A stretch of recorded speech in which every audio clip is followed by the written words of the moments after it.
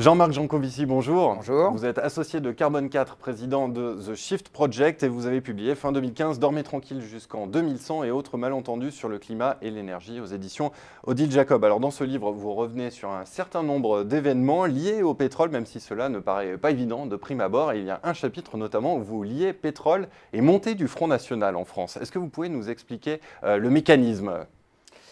Alors le mécanisme, en fait, il dépasse la France et il s'explique de la manière suivante. Quand on a démarré la civilisation industrielle, on est passé de la force des bras et des jambes à la force des machines. Et ce qui alimente les machines, c'est de l'énergie, dont notamment le pétrole, qui commande toutes les machines à se déplacer, donc soit nous-mêmes, soit des marchandises. Et en fait, on peut assez facilement montrer que dans le monde, la variation du PIB reflète très exactement la variation de la production de pétrole.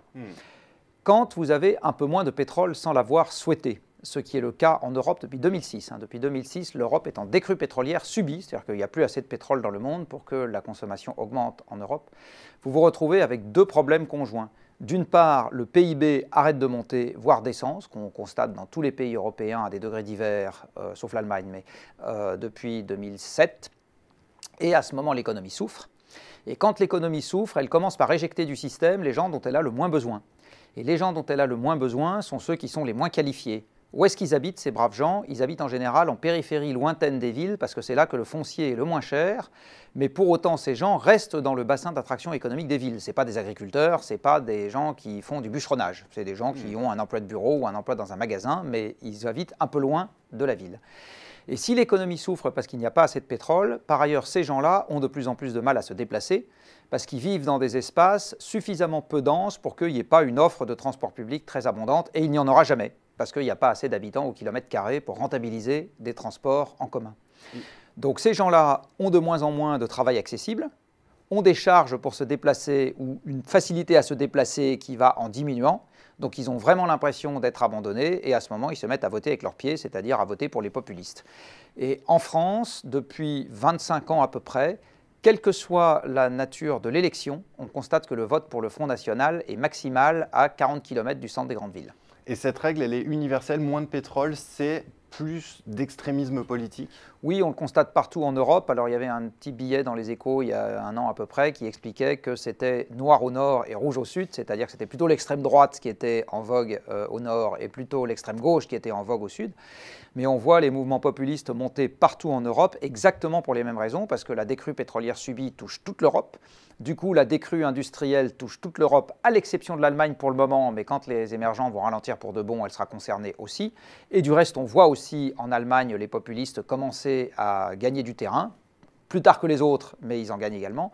Et on peut même associer le Brexit à ce mouvement d'ensemble, parce que qu'est-ce que c'est que le populisme? C'est le repli sur soi, c'est je sors de l'euro, je sors de l'Europe, je sais, etc. Donc Marine Le Pen veut sortir de l'Europe, Boris Johnson veut aussi sortir de l'Europe. Voilà, ils sont sur la seule différence, c'est qu'il va y avoir un référendum organisé en Grande-Bretagne, mais sinon dans le discours, c'est exactement pareil. Est-ce qu'il faut en déduire que le concept même de démocratie arrive à ses limites, puisque le concept de démocratie est né et s'est développé dans un monde de croissance? Il est très intéressant de noter, je l'ai découvert en écrivant ce livre, qu'au moment où la Grande-Bretagne a basculé dans la démocratie, Grande-Bretagne qui a été le premier grand pays à le faire, ça faisait 2 siècles que son taux de croissance par personne était plus élevé que partout ailleurs dans le monde. Et la démocratie, c'est quoi? C'est un maximum de liberté individuelle. Il est très facile de laisser à chacun un maximum de liberté quand on est dans un univers en expansion, parce que ce que vous allez utiliser, vous, comme espace de liberté, ne gêne pas l'espace de liberté du voisin dans un univers en expansion. Dans un univers en contraction, c'est beaucoup plus difficile, il faut partager la contrainte. Imaginez un bateau dans le gros temps. Commencer par faire une élection avant chaque décision que doit prendre le capitaine, on comprend que c'est un peu compliqué et que c'est un peu plus logique, même si c'est un peu plus cruel, qu'on ait décidé qu'il était le seul maître à bord après Dieu et qu'il faisait exactement ce qu'il voulait parce qu'il pensait que c'était bon pour la marche du bateau. J'ai bien peur, malheureusement, qu'il en soit exactement de même pour les pays dits industriels en période de contraction énergétique, c'est-à-dire que la contrainte va rendre de plus en plus difficile, si on y prend garde, le maintien de la démocratie. Comment est-ce que vous expliquez que ce lien entre croissance et pétrole ne soit pas davantage dans les médias, dans les discours politiques? C'est l'un des grands intérêts de votre livre, c'est que la démonstration, elle est limpide, elle est claire, on est immédiatement convaincu. Ça fait un certain temps maintenant que l'économie ne s'intéresse plus aux sous-jacents physiques de l'économie justement elle-même. Donc en gros, la majeure partie des économistes, ils raisonnent dans une espèce de monde en apesanteur, comme si le PIB procédait de la génération spontanée, vous savez, comme les êtres vivants il y a quelques siècles. Donc il apparaît, on ne sait pas trop pourquoi.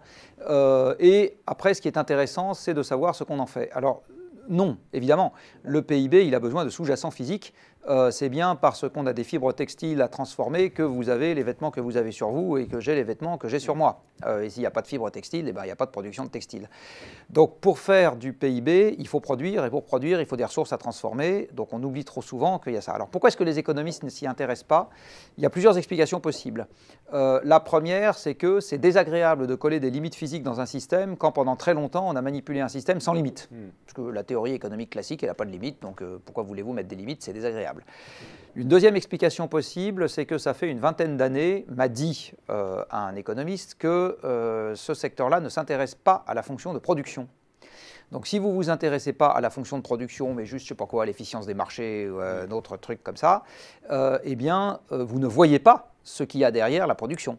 Donc vous ne voyez pas la physique sous-jacente à la production. Enfin, il faudrait aller demander et creuser en profondeur. La seule chose que je sais par contre, et ça c'est un de vos confrères des Échos qui m'avait expliqué ça, c'est que si on accepte l'idée, qui pour moi me paraît évidente, qu'il y a de la physique derrière l'économie, à ce moment ça oblige les économistes classiques à jeter bas l'essentiel de 100 ou 150 ans d'héritage intellectuel accumulé, donc ils repartent à peu près nus.